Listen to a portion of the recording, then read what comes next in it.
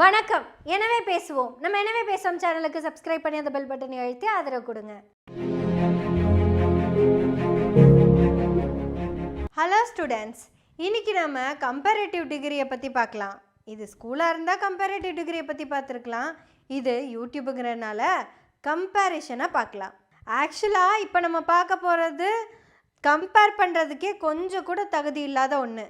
എൻ്റെ പ്രിയപ്പെട്ട സഹാവ വേടനെ എന്നോടൊന്ന് പൊറുക്കണം, மாப்பு ஜோய்க்கணும்.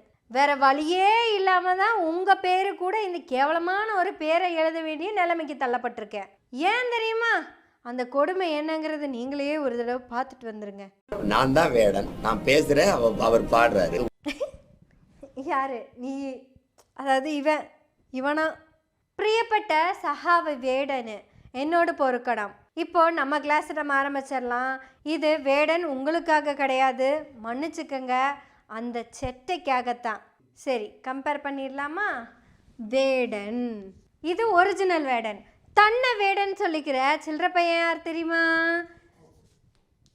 சீ, ஓ இச்சு போட்டனா கொம்பு போட்டுக்கிறேன். சி சி அப்படின்னா சில்லற பைய சீவான்னு அர்த்தம். இப்போ எதுக்கு சிசின்னு எழுதுனேன் அப்படிங்கிறதுக்கு நான் ஒரு விளக்கத்தை கொடுத்துட்றேன். ஏன்னா என்னோட தோழர்கள்லாம் என்னை திட்டிகிட்டு இருக்கீங்க. எதிரியாகவே இருந்தாலும் நாம் மரியாதையாக பேசணுமா? உண்மையாலுமே இந்த சில்லற பையனுக்கு என்ன மரியாதை கொடுக்கணும்னு எனக்கு தெரியல. உங்களுக்கு வேண்டிதான் டீசெண்டாக சி சின்னு எழுதியிருக்கிறேன். இதுதான் இவனுக்கு எங்களால் கொடுக்க முடிஞ்ச அதிகபட்ச மரியாதை. சீ சீ சீரனு நீ சீ சீ சீ சீமானொரு சீ சீ சீ சைமனொரு சீ. அது சரி, நம்ம கிளாஸுக்கு போயிடலாம். இப்போது வேடன்னே யார்? உண்மையை மட்டும்தான் பேசுவார். என்னைக்காதும் அவர் பொய் பேசியிருக்காரா? இதுக்கிட்ட உண்மையே எழுத முடியாதே, இதுக்கு மைனஸ். என்னைக்காச்சும் இதோட வாழ்க்கையில் உண்மையை பேசி நீங்கள் பார்த்துருக்கீங்களா? இதுக்கு உண்மைன்னு சொல்கிறதே பொய்மை மட்டும்தான். ஏன்னா அவன் பைத்தியக்கார பையன் இருக்கான்ல, முப்பாட்டம் வள்ளுவர் அப்படின்னு நாமளாக சொன்னோம். எதுக்காக அவங்கள பைத்தியக்காரன் சொன்னால் தெரியுமா? அவன்கிட்ட தான் கேட்கணும். கல் குடிக்கக்கூடாதுன்னு சொன்னால் அவன் பைத்தியக்காரனாமா. அப்போ இது என்னைக்காச்சும் உண்மையை பேசி பார்த்துருக்கோமா? இல்லை. இதில் பெரிய ஆச்சரியமே ஒன்று நடந்திருக்குங்க. முதல்ல அதை பற்றி பேசிடுவோமா? இந்த சீச்சி இருக்குல்ல, யாராவது செத்து போயிட்டாங்கன்னா உடனே எனக்கும் அவருக்கும் அவ்வளோ பெரிய உறவு இருக்குது, நான் அப்பா மாதிரி பார்த்தேன், நான் மாமா மாதிரி பார்த்தேன்னு பயங்கரமாக ஸ்டோரியை டெவலப் பண்ணும். நேற்று கூட நடிகர் ராஜேஷ் இறந்துட்டாரு. அவர் சொல்லியிருக்கிறாராமா இந்த சீச்சி கிட்ட, உன்னோட கட்சியின் கருத்துக்களும் எனக்கு ரொம்ப பிடிக்கும் அப்படின்னு சொல்லியிருக்காராம். ஜென்ரலாக நம்ம ஊரில் ஒரு பழக்கம் சொல்லுவாங்க, இறந்து போனவங்களை பற்றி எதுக்கு பேசிட்டு அப்படின்னு சொல்லுவாங்க. ஒருத்தங்க எவ்வளவு தப்பு பண்ணியிருந்தாலும் அவங்க இறந்ததுக்கப்புறம் அதை பற்றி பேசக்கூடாது. ஏன்னா திருப்பி அவர் பக்கம் இருந்து பேசுறதுக்கு அவர் இல்லை. அப்படி அவங்க வரமாட்டாங்க அப்படிங்கிற தைரியத்திலேயே இந்த சிசி செத்து போனவங்களை பற்றி அவ்வளவு பேசியிருக்கு. பங்காரடிகளாரு டெய்லி இவர்கிட்ட தான் பேசிக்கிட்டு இருப்பாரு. எப்படிரா மகனே எப்பவுமே கத்தி கத்தி கத்தி கத்தி கத்தி கத்தி கத்தி கத்தி. பொட்டமான் கிட்ட அவர் கேட்டாராமா, இந்த தம்பி வீடு எங்க இருக்கு அப்படின்னு. அதுக்கு பொட்டமான் சொன்னாராமா, அண்ணா நம்ம ஊர்லேருந்து போட்டை பிடிச்சி நேராக வடக்கு போனோம்னா ஒரு 16 கிலோமீட்டருண்ணே. ராமேஸ்வரத்துலேருந்து நேராக வடக்கு ஒரு 70 கிலோமீட்டர் போனோம்னா அப்படியே கிழக்க திரும்பி மறுபடியும் வழக்க திரும்பினோம்னா அரணியூர் வந்துரும்ண்ணே. அரணியூரில் 3வது குறுக்கு தெரு தம்பி வீடுங்கண்ணே. கொஞ்சம் எக்ஸாக்டாக சொல்ல போட்டோமா, இப்படியே பேசுவேன் நீயே. அண்ணே, அரணையூரில் 3வது தெருவில் 3வது சைட்டுண்ணே. தெற்கு பார்த்து சைட்டில் கிழக்க பார்த்து வீடு கட்டியிருக்காங்க. வீட்டுக்குள்ளே போனோன்னையுமே 16க்கு 10 ஹாலு. அந்த ஹாலை ஒட்டியே 300க்கு 10 3 BHK. கிச்சன் மட்டும் கிட்டத்தட்ட 2000 ஸ்கொயர் ஃபீட் வரும்ண்ணே. பக்கத்துலேயே டைனிங் ரூமு, அது ஒரு 1100 ஸ்கொயர் ஃபீட் இருக்கும். நம்ம இங்கே நடத்துகிற அந்த சாப்பாட்டு போட்டியெல்லாம் அங்கே சூப்பராக நடத்தலாம்ண்ணே. அந்த அளவுக்கு டீட்டெயிலாக பொட்டமான்னு சொன்னதா இந்த சீச்சி சொல்லியிருக்கான். சரி, நம்ம இப்போ இந்த கம்பேரிஷனை பற்றி பேசிக்கலாம். வேடன் பேசின முதல் உண்மையே, என் தாய் ஈழத்தில் ஜாஃப்னாவை சார்ந்தவள், அங்கிருந்து விரட்டி அடிக்கப்பட்டவள். அப்படி விரட்டி அடிக்கப்பட்டு வந்த இடம் தமிழ்நாடு. இந்த தமிழ்நாட்டில் தான் எங்கள் அப்பாவை பார்த்துருக்காங்க. எங்கள் அப்பா திரிஷூர்காரரு. 2 பேரும் கல்யாணம் பண்ணி திரிஷூருக்கு வந்துட்டாங்க. திரிஷூரில் ஒரு ரயில்வே ட்ராக்கை ஒட்டி இருக்கிற ஒரு சின்ன குடிசை வீடு தான் நான் பிறந்த வீடு. அப்படியே மடை திறந்தது போல் உண்மையை சொன்னாரு ஹிரண்தாஸ் முரளி. என் பெயர் ஹிரண்தாஸ் முரளி, நான் வெச்ச பெயர் வேடன். இப்ப இதுகிட்ட வாங்க வாங்க, இதுகிட்ட வாங்க. டே, உங்க தாத்தா பேர் என்னடா? ஓ, தோழர்களே மன்னிச்சுக்கங்க, டானு கூப்பிடக்கூடாது. சீச்சி, உன் தாத்தா பேர் என்ன? யாக்கோபா. யாக்கோபா, உன் தாத்தா பிறந்த ஊர் எது? சொல்றா தம்பி, சொல்லு. சீச்சி, எது? சீச்சி பேசாதுங்க, சீச்சி பேசவே பேசாது. ஏன்னா அதுக்கு வாயை திறந்து உண்மையை சொல்லிட்டா உடம்பெல்லாம் கொப்பளமா வந்துரு. அப்படி ஒரு உண்மை அலர்ஜி வியாதி உள்ள ஒரு ஆளு. உண்மையை சொல்லிட்டாருன்னு வைங்களேன், குடும்பத்துக்கே அலர்ஜி வந்துரு. அப்ப நீ உண்மையே சொல்ல மாட்டேன். இரு, நான் டீச்சர்லேருந்து டாக்டர் ஆகிறேன். இந்த பேஷண்ட் ஏன் தெரியுமா உண்மையே சொல்லாமல் இருக்காங்க? ஏன்னா இதோட டிஎன்ஏ ரிப்போர்ட் அதைத்தான் சொல்லுது. இது வாயை திறந்து உண்மையை பேசிட்டா உடம்பெல்லாம் அலர்ஜி ஆகிடும். ஃபுல்லாக கொப்பளமாக வந்து சீல் பிடிச்சி செத்து போயிடுவார். அப்படி ஒரு டிஃப்ரெண்ட்டான வியாதி உள்ள ஆள் தான் இந்த சீச்சி. அப்படின்னு நான் சொல்லலைங்க, கட்டமும் சொல்லலை. இதோ இந்த ரிப்போர்ட் சொல்லுது. ரிப்போர்ட் இது உண்மையே பேசாது. இது நம்ம வேடனாமா. சரி, நம்ம திருப்பியும் டீச்சர் ஆகும், என்ன பண்ணுறது? ஆக, நம்ம வேடனை பற்றினா அடுத்த விஷயத்துக்கு போயிடலாம். அடுத்தது நம்ம பேர் பார்த்தோமா? இப்போது அடுத்தது இன்னும் முக்கியமானதை பார்க்கலாம். இதுக்கு பேர்லேருந்து எல்லாமே ஃப்ராடு, கோடு கூட கிடையாது. அடுத்து நம்ம வேடனுடைய கருத்தை பார்த்துடலாம். கருத்து, நம்ம வேடனோட கருத்து என்ன? நான் பாணனல்ல, பறையனல்ல, புலையனல்ல, நீ தம்புரானும் அல்ல, ஆனெங்கில் எனக்கு ஒரு மயிரும் அல்ல, ஆதிக்கத்தை எதிர்ப்பவன். பார்ப்பனியத்தையும் பார்ப்பன ஆதிக்கத்தையும் தன் பாட்டுக்களால் எதிர்த்து கொண்டே இருப்பவர். தம்பி, பாப்பானா யாருன்னு சிசி நீ சொல்லு. எல்லாம் காதை பத்திக்கோங்க. அவன் மனித குலத்தில் எல்லோரையும் சமமாக பார்ப்பான். அதனால் அவன் பார்ப்பான். என்ன, இன்னொரு தடவை சொல்லுப்பா. ஓ, ஓகே, டில். அவன் மனித குலத்தில் எல்லோரையும் சமமாக பார்ப்பான். அதனால் அவன் பார்ப்பான். நீ எங்க வேட. ஓகே. முதல்ல இந்த தம்புரான்கள்னா யாரு அப்படின்னு நம்ம சிசி சொல்ற மாதிரி இல்லை, நம்ம ஸ்ரீனிவாசன், ஆக்டர் ஸ்ரீனிவாசன் சொல்லுவார், கேளுங்க. மலையாளத்தில் மிகச்சிறந்த எழுத்தாளர், கதையாசிரியர், இயக்குனர், சிறந்த நடிகரும் அவர் சொல்லுவார், കേട്ടുക്കங்க. മറ്റൊന്നുമല്ല, ബ്രാഹ്മണന്റെ 32 അടി ദൂരത്ത് മാത്രമേ നായർക്ക് നിൽക്കാൻ പാടുള്ളൂ, അയിത്തം. നായരുടെ 32 അടി ദൂരത്ത് മാത്രമേ ഈഴവന് നിൽക്കാൻ പാടുള്ളൂ.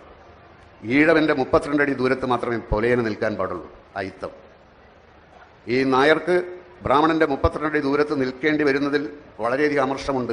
എങ്കിലും ഈഴവനെ കൃത്യമായി അവർ 32 അടി ദൂരത്ത് നിർത്തിയിരുന്നു.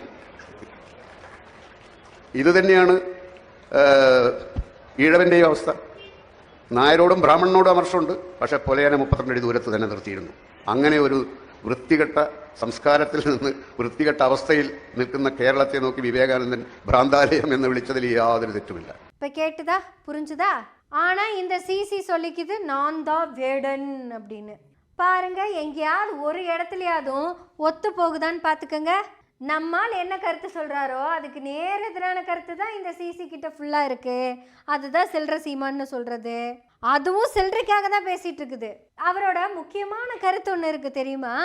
எனக்குள்ளதெல்லாம் எனக்கல்ல, நங்களுக்கு வேண்டது, எனக்கு மட்டும் கிடையாது, எங்களுக்கு தேவையானது அப்படின்னு எல்லாத்தையும் சேர்த்து தான் அவர் பாடுவார்.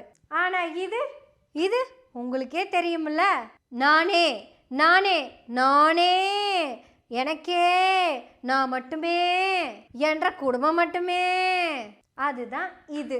முழுக்க முழுக்க சுயநலம், பொது நலத்துக்கு வேண்டி ஒரு வார்த்தை கூட பேசாத ஒருத்தன் தான் இந்த சீச்சி.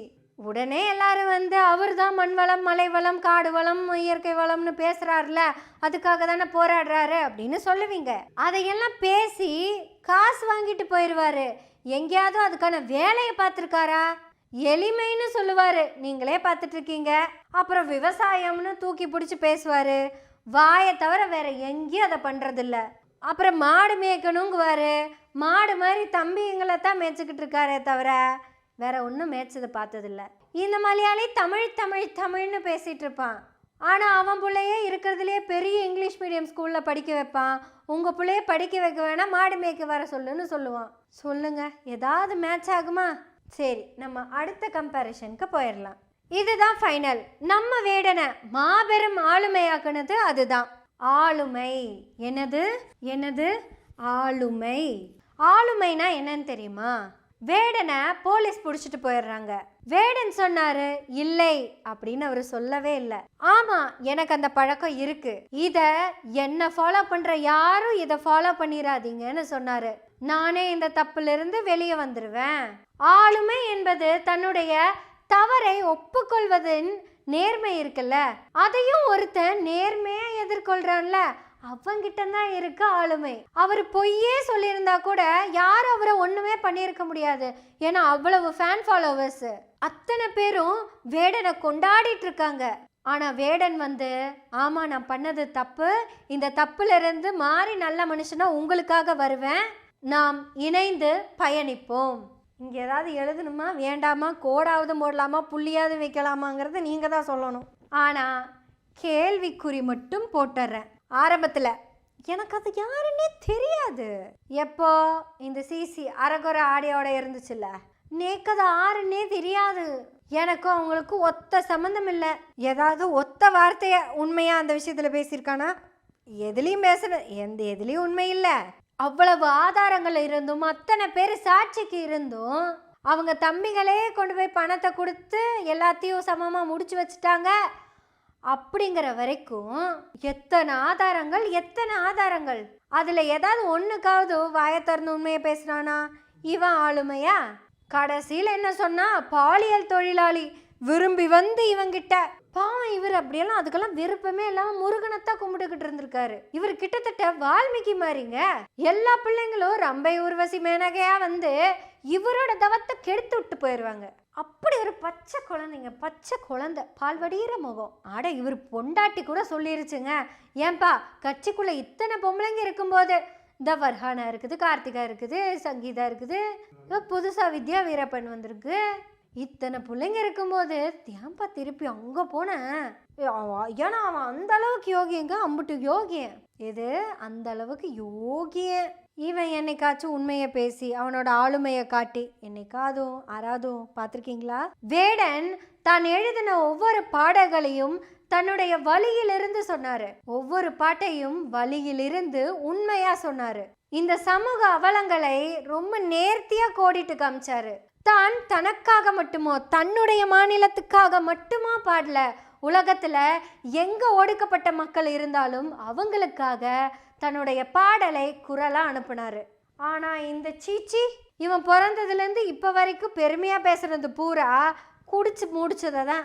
குழந்தையா இருக்கும் போதே சாராயத்தை நாக்கில் வைக்கிறதுல ஆரம்பிச்சு 13 மரத்துக்கல்ல 13 நிமிஷத்துல இவனும் ஃப்ரெண்டும் சேர்ந்து குடிச்சு தீர்த்துட்டாங்க. ஆனா இவன் கொஞ்சம் கூட வெக்கமே இல்லாம சொல்லிட்டு இருக்கான், நான் தான் வேடன்னு. தோழர்களே, இன்னைக்குன்னு பார்த்து மரியாதையா பேசுன்னு சொல்லிட்டீங்க, இந்த சில்லற பையனுக்கு எப்படிங்க மரியாதை கொடுக்கறது? யோசிச்சு பாருங்க. இவ்வளவு கேடுகட்ட, இவ்வளவு அருவருப்பான ஒரு ஜந்து இந்த உலகத்துல பிறக்குமா? ஆனா பிறந்து வாழ்ந்துட்டும் இருக்குது. நீன்னு சொல்லிக்கிறதுக்கே லாய்க்கு இல்லாதவன். எங்க வேடன் நீ தானே சொல்றதுல உனக்கு அசிங்கமா இல்ல? இது வரைக்கும் வேடனை பத்தி பேசின எல்லாருமே எங்கள் வேடன், நம்ம பையன் அப்படின்னு தான் சொல்லிட்டு இருந்திருக்காங்க.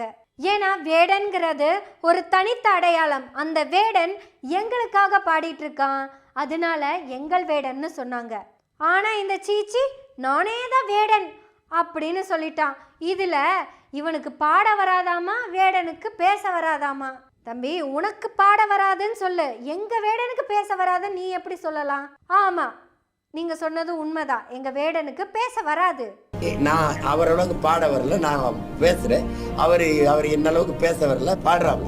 உன்ன மாதிரி போய் பேசுறதுக்கு வேடனுக்கு இல்ல, உன் புள்ளைக்கே வராது.